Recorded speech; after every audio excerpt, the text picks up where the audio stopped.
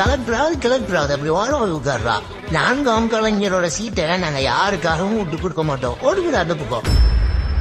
ஜல்லிக்கட்டுக்காக போராடிய தமிழர்கள், இங்க தமிழர்கள் அப்படின்னு தான் நான் சொல்றேனே தவிர திராவிடர்கள் அப்படின்னு சொல்லலை.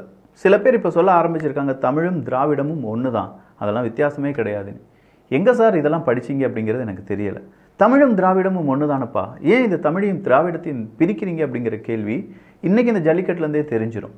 ஜல்லிக்கட்டில் பொதுவாக எத்தனை மாடுகள் அங்கே வருகின்றன, இல்லை இது அரசியல் ரீதியாக அந்த மாடுகள் அணிவிக்கப்படுகின்றனவா, டோக்கன் கொடுக்கறதுலேருந்து அவுத்து விடுறது வர எல்லாத்துலேயுமே ஜாதி ஏற்றத்தாழ்வு இருக்கா, அங்கே இருக்கக்கூடிய மக்கள் என்ன சொல்கிறாங்க, அலங்காநல்லூர் அப்படின்னு சொல்கிறது 4 கிராமங்கள், முக்கியமான 4 கிராமங்களை தவிர்த்து மீதம் இருக்கும் கிராமத்தில் இருக்கக்கூடிய மாடுகள் சீக்கிரமாக அவிழ்த்து விடப்பட்டதற்கான காரணம் என்ன, அங்கே இன்பநிதி அவர்களுக்கு கொடுக்கப்பட்ட மரியாதை என்ன, இப்படின்னு சொல்கிற ஏகப்பட்ட விஷயங்கள் தமிழக அரசியலில் பெரும் புயலை வீசலாம்.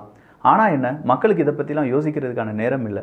ஒரே ஒரு விஷயத்த சொல்லிடுறேன், இங்கே இந்தி திணிப்பு மாதிரி இன்னைக்கு நியூஸ் மீடியா முழுவதுமாக இன்பநிதி அவர்களை திணித்தது ரொம்ப பெரிய அளவில் அப்பட்டமாக தெரியுது. அது என்ன அப்படிங்கிறத ப்ரூஃப் ஓடி பார்த்துடலாம். இது ஆழமான அரசியல் சதுரங்கம்.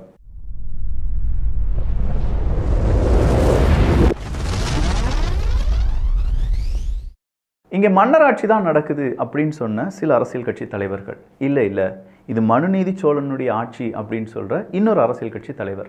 யார் அப்படின்லாம் நான் பெயர் போட்டுலாம் இங்கே சொல்லலை. மனுநீதி சோழனும் ஒரு மன்னன் தானையா, அப்போ மன்னராட்சி தானையா அப்படின்னு சொல்கிறது நார்மலாக இருக்கக்கூடிய மக்களுடைய ஒரு கேள்வி. சரி, இங்கே மன்னராட்சி நடக்கிறது என்றால் யாருக்கு இங்கே மரியாதை கொடுக்கப்படும்? அந்த குடும்பத்துக்கு மரியாதை கொடுக்கப்படும். இதுதானே நடக்குது. உதயநிதி ஸ்டாலின் அவர்கள், அவருடைய மகனாக இன்பநிதி, இந்த உதயநிதி ஸ்டாலின் அவர்கள் துணை முதலமைச்சர், அவருக்கு மரியாதை கொடுங்க, அவருக்கு நீங்கள் பரிவட்டம் கட்டுங்க, அவருக்கு நீங்கள் பொன்னாடை போர்த்துங்கள், தப்பே கிடையாது.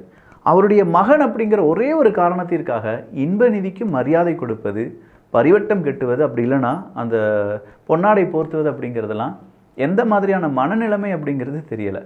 அவங்களுக்கு மரியாதை செலுத்துங்கயா. ஆனால் அரசு சார்பாக நடத்தப்படக்கூடிய விழாக்களில், அரசு சார்பு அப்படின்னா என்ன, அங்கே ஒரு துணை முதலமைச்சர் இருக்காங்க, அங்கே நிறைய அமைச்சர் பெருமக்கள் இருக்காங்க, அங்கே ஐஏஎஸ் அதிகாரிகள் இருக்காங்க, அவர்கள் மத்தியில் குடும்பத்தை சார்ந்த ஒரு நபருக்கு முக்கியத்துவம் கொடுப்பது அப்படிங்கிறது அக்செப்டபிள் கிடையாது. இது எந்த இடத்துலையுமே நடக்கக்கூடாத விஷயம்.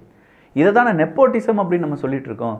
இதை தானே வாரிசு அரசியல் அப்படின்னு சொல்லிட்டு இருக்கோம். இது மறுபடியும் இங்கே திணிக்கப்பட்டதற்கான, இல்லை திணிக்கப்படுகிறது அப்படிங்கிறத நான் சொல்றதுக்கான காரணத்தை நல்லா கவனிச்சுக்கோங்க. ஜல்லிக்கட்டு பார்க்க தன்னுடன் ஆர்வமாக வந்த நண்பர்களை முன்வரிசையில் அமர அழைத்த இன்பநிதி உடனே அமைச்சர் மூர்த்தி செய்த செயல், அலங்காநல்லூர் ஜல்லிக்கட்டு மேடையில் நடந்த நிகழ்வு அப்படின்னு சொல்லி ஒரு நியூஸ் சேனல். வேணாம்ப்பா, பரவாயில்ல சாப்பிடு. ஜல்லிக்கட்டு போட்டியின் போது மகனை ஜூஸ் குடிக்க வைத்த துணை முதல்வர் உதயநிதி, இது இன்னொரு நியூஸ். காளையை அடக்க முயலும் போது காயமடைந்து மயங்கிய வீரன், ஷாக்கான இன்பநிதி அப்படின்னு சொல்றது இன்னொரு நியூஸ். இந்த நியூஸ் எல்லாம் பார்க்கும்போது உங்களுக்கு என்ன தோணுது? இன்பநிதி அவர்களுக்கு முக்கியத்துவம் கொடுக்குறாங்க. இன்பநிதி அவர்களுக்கு பிஸ்கெட் கொடுக்கறது யாரு? நம்ம பிடிஆர் பழனிவேல் தியாகராஜன் அவர்கள் பிஸ்கெட்லாம் கொடுத்து சாப்பிட சொல்கிறது. பரவாயில்லப்பா, அந்த பிஸ்கெட் ரொம்ப டேஸ்ட்டாக இருக்குன்னு சொல்லி ஒரு நியூஸை வெளியில் விடுறாங்க. சார், அலங்காநல்லூர் ஜல்லிக்கட்டு இல்லாட்டி ஒரு ஜல்லிக்கட்டு, இங்கே எதெல்லாம் ஃபோக்கஸ் பண்ணணும், நீங்கள் எதை ஃபோக்கஸ் பண்ணிட்டு இருக்கீங்க, எதுக்காக இதை ஃபோக்கஸ் பண்ணுறீங்க? இன்பநிதி அவர்கள் நேற்றுலேருந்தே லைம்லைட்டுக்கு வந்துட்டார். எப்படின்னா திமுகவினுடைய இந்த டிஷர்ட்டை போட்டுட்டு வந்தார் அப்படின்னு சொல்கிறதுலேருந்து லைம்லைட்டில் இருக்கார். அடுத்தா இன்னைக்கு அவருடைய நண்பர்கள் எல்லாருமே சேர்ந்து இந்த ஜல்லிக்கட்டு பார்க்க வந்திருக்காங்க. அமைச்சர் மூர்த்தி அவர்கள் இருக்காரு.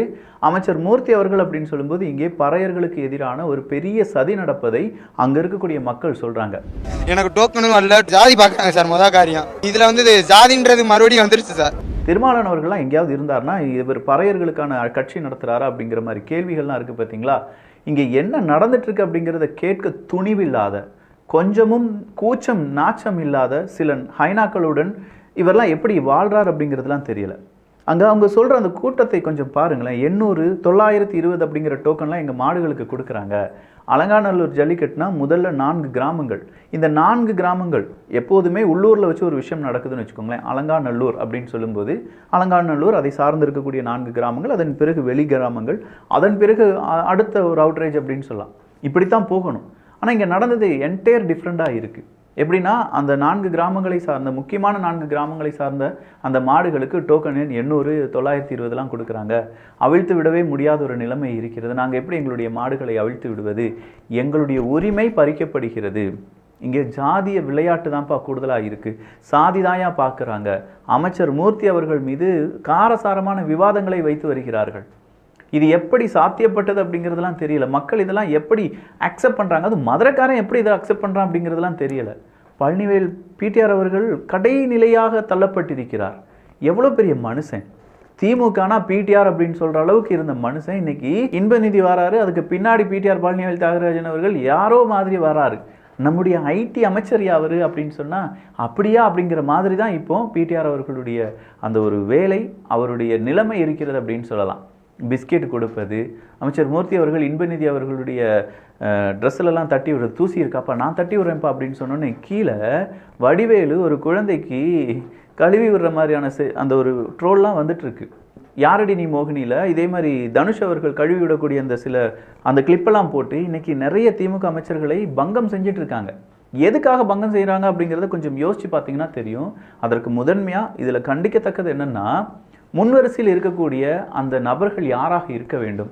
ஐஏஎஸ் அதிகாரி உட்கார்ந்துருந்தாங்க, அமைச்சர் பெருமக்கள் உட்கார்ந்துருந்தாங்க, துணை முதலமைச்சர் உதயநிதி ஸ்டாலின் அவர்கள் உட்கார்ந்துருந்தார். சரி, துணை முதலமைச்சருடைய மகன் அப்படின்னு சொல்கிற அளவுக்காக இன்பநிதி அவர்கள் உட்கார்ந்துருந்தாங்க. இது ஓகே. ஆனால் திடீர்னு இன்பநிதி என்ன செய்கிறாருன்னா, கொஞ்சம் அப்படியே எந்திரிச்சு உட்காந்து ஒரு சைடாக உட்காந்து வாங்க ஃப்ரெண்ட்ஸ் அப்படின்னு சொல்லி அவங்களுடைய ஃப்ரெண்ட்ஸ் அழைக்கிறார்கள். இதை பார்த்த அமைச்சர் மூர்த்தி அவர்கள் என்ன செய்கிறார் அப்படின்னா, ஐயோ நீங்கள் அப்படிலாம் உட்கார வேண்டாம், அந்த பக்கம் எல்லாரும் எந்திரிங்க அப்படின்னு சொல்லி உட்காந்துட்டு இருந்த ஐஏஎஸ் அதிகாரிகள் மூத்த நிர்வாகிகள் எல்லாத்தையும் எழுப்பி விட்டுட்டு 2 சீட்டை காலி பண்ணிவிட்டு அங்கே யாரை உட்கார வைக்கிறாங்க அப்படின்னு பார்த்தீங்கன்னா, இன்பநிதி அவங்களுடைய நண்பர்களை உட்கார வைக்கிறாங்க. இதை தமிழ்நாடு மக்கள் அக்செப்ட் பண்ணிட்டீங்க அப்படின்னா நாம் மன்னராட்சியில் தான் இருக்கோம். இதில் மாற்று கருத்தே கிடையாது. இதெல்லாம் பெரியார் தான் நமக்கு சொல்லி கொடுத்தாருன்னா பார்த்துக்கோங்களேன். பெரியார் எழுதின ஒரு முக்கியமான குறிப்பில் இதெல்லாம் இருக்குது. தலைவர் அவர்களுடைய மகனுடைய நண்பர்கள் முன்வரிசையில் வருகிறார்கள் என்றால் அங்கே இருக்கக்கூடிய அரசு அதிகாரிகள் பின்வரிசையில் போவது தப்பு கிடையாது அப்படின்னு சொல்லி நாளைக்கு ஒரு சொல்லாடலை கொண்டு வந்து இதையும் பெரியார் தான் சொன்னார், எனவே இது தப்பு கிடையாதுன்னு சொல்லி வாதாடக்கூடிய நபர்கள் வந்தாலும் வரலாம். ஆனால் பெரியார் சொல்லி கொடுத்த சுயமரியாதைன்னு ஒன்று இருக்குது பார்த்தீங்களா, அந்த சுயமரியாதை இப்போ எங்கே போச்சு அப்படிங்கிற கேள்விக்கு அப்படி ஒன்று சொல்லி கொடுத்தாரா அப்படின்னு கூட அவங்க உருட்டுவாங்க. ஆனால் உண்மையான சுயமரியாதைன்னா என்ன தெரியுமா? படித்த படிப்புக்கு ஒரு மரியாதை கிடைக்கும், அதுதான் சுயமரியாதை. வேறு எந்த இடத்திலும் வரக்கூடிய சுயமரியாதையே கிடையாதுங்க. பிறப்பால் வருவது சுயமரியாதை கிடையாது, பணத்தால் வருவது சுயமரியாதை கிடையாது. படித்த படிப்பால் 4 பேருக்கு நம்ம செய்யக்கூடிய செயலால், அந்த செயலால் 4 பேருக்கு என்னென்ன நன்மைகள் நடக்குது, இதனால் ஏற்படக்கூடிய மரியாதைன்னு ஒன்று இருக்குது பார்த்தீங்களா. என்னுடைய சுயம், நான் இதுதான், நான் படித்த படிப்புக்கு நான் இப்படி இருக்கேன், நான் இந்த பதவியில் இருக்கேன் அப்படிங்கிறது அது கர்வம் கிடையாது, அதுதான் மரியாதை. எனக்கு நானே கொடுக்கக்கூடிய மரியாதை. ஒரு ஐஏஎஸ் அதிகாரியை முன்வரிசையில் உட்கார விடாமல் உங்களுடைய நண்பர்களுக்கும் துணை முதலமைச்சருடைய மகனுடைய நண்பர்கள் சகாக்கள் அப்படிங்கிறவங்களுக்கு உட்கார கொடுக்குறாங்க அப்படின்னா இந்த இடத்துல சுயமரியாதை பல்லிழிச்சிருச்சா இல்லையா? இதை கேள்வி கேட்டுட்டோன்னா நம்ம திமுகக்கு எதிரானவங்க அப்படின்னு நினச்சிக்கிடுவாங்க. நான் திமுகக்கு எதிரானவங்க கிடையாது. நான் கேட்கக்கூடியது சாதாரண ஒரு விஷயம்.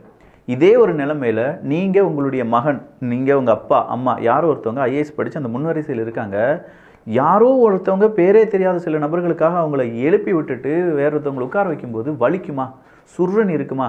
எங்கள் அப்பா அம்மாவுக்கு கொடுக்காத மரியாதை அவனுக்கு யாரா கொடுத்தது அப்படின்னு சொல்லி கேட்க தோணுமா? அப்படி கேட்க தோணுதுன்னா நாம் இந்த தூத்துக்குடியிலேருந்து கொஞ்சம் விளையுது பாருங்கள், எடுக்கிறாங்க பாருங்கள் உப்பு அதெல்லாம் போட்டு சாப்பிட்றோன்னு அர்த்தம். இல்லை அது கேட்கலாம் கூடாது தம்பி, இதெல்லாம் எப்போவுமே இருக்கிறதானே அப்படின்னு கேட்டால், உப்பில்லா பண்டம் குப்பையிலே நாம் இருப்பதும் குப்பையும் ஒன்றுதான் அப்படிங்கிற நிலைமைக்கு நம்ம மாறிட்டு இருக்கோம் அப்படிங்கிறது தான். சரி, இதை இவ்வளோ காட்டமாக சொல்ல வேண்டிய தேவை என்ன? இது என்ன அரசியலா, இது என்ன அரசியல் பதிவா அப்படின்னு கேட்டால், சார் இதை விட அடுத்த லெவல் தலைவர் இவர் தான் அப்படின்னு சொல்கிறத யாராலையும் டைரெக்டாக சொல்ல முடியாது. இதை திமுக சொல்லிட்டாங்க. நாம் எல்லாருமே இப்போ என்ன செய்யணும் அப்படின்னா, துணை முதலமைச்சர் உதயநிதி வாழ்க, அடுத்த துணை முதலமைச்சர் இன்பநிதி வாழ்க அப்படிங்கிற கோஷத்தை போடுறதுக்கு ஆரம்பித்தாக வேண்டும். அதை ஆரம்பித்து வச்சிருக்காரு மூர்த்தி அவர்கள். ஆனால் இவர் நாங்கள் ஆண்ட பரம்பரை அப்படின்னு சொல்லி சில மாதங்களுக்கு முன்பாக ஒரு வீடியோ பதிவானது அப்படின்னு சொன்னோன்னே அது பழைய வீடியோ, அதை ஏன் இப்போ ட்ரெண்ட் பண்ணுறாங்க அப்படிங்கிறது தெரியலன்னு சொல்லி அவர் ஒரு விளக்கத்தை கொடுத்திருந்தார். அந்த விளக்கத்தையும் நிறைய பேர் அக்செப்ட் பண்ணாங்களா இல்லையான்னு தெரியாது. பட் இன்னைக்கு நானும் திமுக காரன் தான்யா, ஆனால் இப்படிலாம் எங்களை எங்களை வெறுக்கிறீங்க அப்படின்னா எங்கள் தெருவுக்குள்ளே வந்தால் நானே முதலாளாக எதிர்த்து கேள்வி கேட்பேன் அப்படின்னு சொல்லி ஒரு தாத்தா சொன்னதாக இருக்கட்டும். எங்களுடைய மாடுகள் புறக்கணிக்கப்படுகிறது, எங்களுடைய உரிமை புறக்கணிக்கப்படுகிறது அப்படின்னு சொன்னோடனே ரஞ்சித் அவர்கள்லாம் என் மனசுக்கு வந்துட்டு போயிட்டார். ரஞ்சித் அவர்களா இதுக்கு? ஆமாம், உரிமை மறுக்கப்படுகிறது அல்லவா, உடனடியாக ரஞ்சித் அவர்கள் களத்தில் குதித்து விடுவார் பார்த்தீங்களா. அதுவும் பறையறவர்களுக்கு அப்படின்னு சொல்லும்போது அவங்க வருவாங்களா இல்லையா, ஃபுல்லாகவே நியூஸ் டைட்டில் கார்டுலேருந்து எல்லாத்துலேயுமே பறையர்கள் அப்படிங்கிற பெயர் இருந்தது. அதனால தான் மறுபடியும் நான் எடுத்து சொல்கிறேன். ஏன்னா அங்கே பாதிப்படைந்தவர்கள் அவங்க தான். இங்கே சாதி இருக்குது, சாதி ரீதியாக இங்கே கட்சிகள் இருக்கின்றன. சமூக நீதி அப்படிங்கிறது வெறும் பேச்சு மட்டும்தான். பெரியார் மண் அப்படிங்கிறது ஜஸ்ட் அரசியல் கூற்றுக்காக மட்டும்தான். அடுத்ததாக பெரியார் அப்படிங்கிறது உங்களுடைய தேவைக்காக மட்டும்தான். இங்கே மக்களை மக்களாக பார்க்கும் எண்ணமோ இல்லை மக்களை முதல்நிலை மக்கள் கடைநிலை மக்கள் அப்படிங்கிற பார்க்கும் எண்ணம் தான் அதிகமாக இருக்குது. இங்கே முதல்நிலை கடைநிலை அப்படிங்கிறது சாதி அடிப்படையில் மட்டும் கிடையாது, ஊர் அடிப்படையிலும் பார்க்கிறார்கள். அப்படிங்கிறத இங்கே இருக்கக்கூடிய ஜல்லிக்கட்டு இன்னைக்கு நமக்கு அம்மனமாக அவுத்து காணிச்சிருச்சு. அந்த அளவுக்கு சாதிய வேறுபாடு இங்கே காண்பிக்கப்படுகிறது என்றால் இதை மீறி எப்படியா நம்ம பேசாமல் இருக்க முடியும்? மிச்சர் சாப்பிட்டுட்டு இருக்கிறது நாம தான் சூர்யா, மிச்சர் சாப்பிட்டுட்டு இருக்கிறது நாம தான். ஆனால் என்ன, நீங்கள் மும்பையில் உட்காந்து அந்த மிச்சர் சாப்பிட்றதுனால தெரியாதா இருக்கும்? சத்யராஜ் அண்ணனுக்கும் இதே தான் கேள்வி. பெரியார் கொடுத்த சுயமரியாதை ஐஏஎஸ் அதிகாரிகளை வெளியில் நிற்க வைப்பது தானா அப்படிங்கிற ஒரு கேள்வியும் இருக்குது. இதெல்லாம் ரொம்ப காரமாக இருக்கே விக்கி. இல்லை இதெல்லாம் திமுகவுக்கு எகெயின்ஸ்டாக இருக்கே, பக்கா சார்புடன் நீ பேசிகிட்டு இருக்கே அப்படின்னு கேட்டால், நான் இங்கே வேறு ஏதாவது கட்சிக்கு ஆதரவாக பேசினேன்னா? இந்த ஒரு பதிவை முழுவதுமாக பாருங்கள். அதிமுகவுக்கு ஆதரவாக பேசினேன்னா, பாஜகவுக்கு ஆதரவாக பேசினேன்னா, நாம் தமிழர் கட்சிக்கு ஆதரவாக பேசினேன்னா இல்லை. படித்த படிப்புக்கு ஒரு முக்கியத்துவம் கொடுக்காத ஒரு நிலையில் நாங்கள் இருக்கிறோம் என்றால் அதை எதிர்த்து மட்டும்தான் என்னுடைய கேள்வி இருக்கே தவிர இங்கே எந்த கட்சிக்கும் என்னுடைய ஆதரவு கிடையாது. இங்கே திமுக செஞ்சது சரி அப்படின்னு சொல்லக்கூடிய நபர்கள் இதற்கான விளக்கத்தை கொடுக்கலாம்.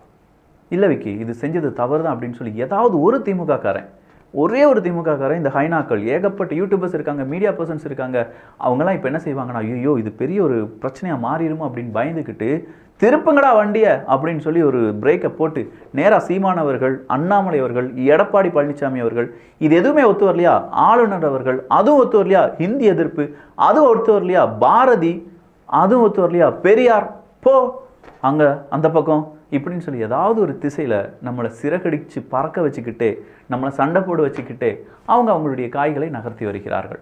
பட் நல்லா இருங்க, உங்களுக்கு இது பிடிச்சிருந்துச்சுன்னா, தமிழ்நாட்டு மக்களுக்கு அடுத்ததாக இப்படிலாம் நடப்பது உங்களுக்கு பிடிச்சிருந்துச்சு, அந்த 20 வயசு இன்ப நிதிக்கு சால்வெல்லாம் போடுங்க. அவர் நிறைய சாதிச்சிருந்தாருன்னா நீங்கள் என்ன வேணாலும் செய்யுங்க, பாராட்டுங்க, ஒன்றுமே இல்லை. ஜஸ்ட் அவர் ஒரு குடும்பத்தில் பிறந்திருக்கிறார், நேரடியாக உதயநிதி ஸ்டாலின் அவர்களுடைய மகனாக அங்கே வந்திருக்கிறார் அப்படின்னு சொல்கிறதுனால மட்டும் இந்த மரியாதை கொடுக்கப்படுகிறது என்றால் பிறப்பால் ஒருத்தருக்கு நீங்கள் மரியாதை கொடுக்குறீங்க. இதுதானே சனாதானம். ஐயோ சனாதானம் அப்படிங்கிற பேரை சொல்லிட்டேனே, யாரை திறன்னு பார்க்குறீங்களா? திருமாவளவன் அவர்களை தான். இதுதானே உண்மையான சனாதானம். இதை எதிர்த்து திருமாவளவன் அவர்களால் ஏதாவது பேச முடியுமா? கொஞ்சம் நாட்களுக்கு முன்னாடி வேல்முருகன் ஒருத்தர் பேசிட்டு இருந்தார் பார்த்தீங்களா, இன்னைக்கு அவருடைய வீடியோ ஒன்று சிக்கிச்சு. ஐயோ நீங்கள் நினைக்கிற மாதிரிலாம் வீடியோ கிடையாதுங்க. உதயநிதி ஸ்டாலின் அவர்களிடம் நான் தான் வேல்முருகன், அண்ணிட்ட சொல்லுங்க அப்படின்னு சொல்லி அவங்க சொல்றது ஒரு வார்த்தை இருக்கு பார்த்தீங்களா. வேல்முருகன் அண்ணன் வயசு என்ன, கிருத்திகா உதயநிதி ஸ்டாலின் அவர்களுடைய வயசு என்ன, உதயநிதி ஸ்டாலின் அவர்களுடைய வயசு என்ன, அவங்களுக்கு அண்ணி எப்படி வருவாங்க? இந்த கேள்வி எனக்கு தெரியலை. இந்த இடத்துலையும் சுயமரியாதை பல்லிழித்ததை என்னால் பார்க்க முடிந்தது. இல்லை இது தேவையான கேள்வி தான் விக்கி. நீ நினச்சதெல்லாம் எனக்கு இப்போ தோணுது விக்கி அப்படி நீங்கள் யாராவது நினச்சிங்கன்னா கீழே 10க்கு 10 மார்க் கொடுங்க. நீ ரொம்ப ஓவராக பேசுகிறடா விக்கி அப்படின்னா 10க்கு 0 கொடுத்துருங்க. இல்லை விக்கி நீ பேசுகிறதெல்லாம் ரொம்ப நல்லா இருக்குது அப்படின்னு சொன்னால் 10க்கு 100ஆவது கொடுங்கயா. இங்கே நீங்கள் எனக்கு மார்க் போடலன்னா அங்கே எல்லாரும் யாருக்கெல்லாமோ மார்க் போட்டு பல சாதிய ரீதியான மார்க்கை போட்டு 800 920ன்னு சொல்லி டோக்கனை போட்டு அந்த மாடுகளை அவிழ்க்க விடாமல் அவங்களுக்கு கிடைக்க வேண்டிய வெகுமதியை தடுக்கக்கூடிய பவராக மாறி நிற்கிறார்கள் பார்த்தீங்களா. இதெல்லாம் உயர்ந்து கொண்டே இருக்கும். ஏதோ எனக்கு தெரிஞ்சதெல்லாம் சொல்லிட்டேன்ப்பா, மனசில் வந்ததெல்லாம் சொல்லிட்டேன். நான் மறுபடியும் இந்த இடத்துல ஐட்ரேட் பண்ண விரும்புகிறேன். எந்த கட்சிக்கும் ஆதரவாக பேசவில்லை, எந்த கட்சிக்கும் எதிராக பேசலை. சுயமரியாதை அப்படிங்கிற இந்த கான்செப்டுக்குள்ளே இது அடங்குமா அடங்காதா? பெரியார் சொல்லி கொடுத்தது இதில் பகுத்தறிவு இருக்கா இல்லையா? நல்லா பகுத்தாய்வு செய்து உங்களுடைய கருத்துக்களை இங்கே பதிவு செய்யுங்கள். இதை 4 பேருக்கு ஷேர் பண்ணுவீங்க. ஆனால் எனக்கு தான் ஆபத்து ஷேர் பண்ணாதீங்க மக்களே. நல்லதை பகிர்ந்து நல்ல சமுதாயத்தை உருவாக்குவோம். நன்றி, வணக்கம்.